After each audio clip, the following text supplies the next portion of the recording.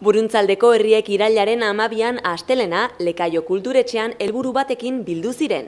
Zurea bai sortea kanpaina ezagutaraztea eta honekin batera eskualdeko herritarrak euskara ikasten hasteko deialdia egitea hain zuzen ere.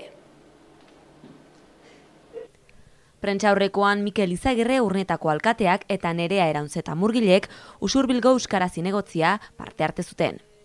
Baita Joseba Arbelaitzek Hernaniko udal euskaltegiko zuzendaria, Olatz Urdanpiletak, Usurbilgo Tumeta AEK eta Lasarte Oriako Muntxeri AEK euskaltegietako zuzendariak, Agurtzane Sarasolak, Andoaingo AEK euskaltegiko zuzendaria, Luis Intxauspek, Hernani Astigarragako AEK euskaltegiko zuzendaria eta Jesus Mari Asurabarrenak, Lasarte Oriako udal euskaltegiko zuzendariak ere.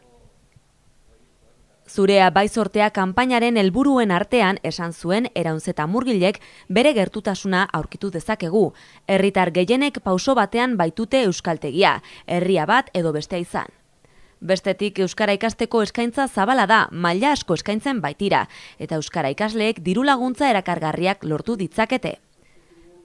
Euskaltegiek bi bide erabiliko dituzte herritarrei kanpainaren berri emateko.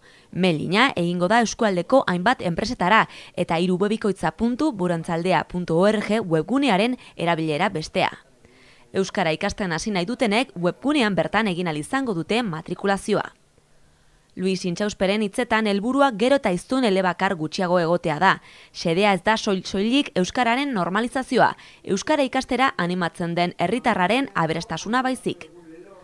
Joseba Arbelaitzek eman zituen bestetik webgunearen xetasunak. Euskaltegien atalean norberaren maila zein den jakiteko aukera izango du erabiltzaileak. Baita maila horren arabera zein aukera izango duen eskualdeko euskaltegietan.